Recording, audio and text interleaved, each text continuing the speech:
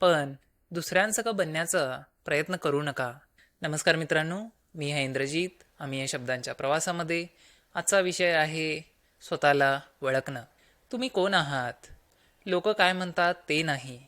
समाज काय अपेक्षा करतंय ते नाही. तुम्हाला खरंच काय पाहिजे आहे?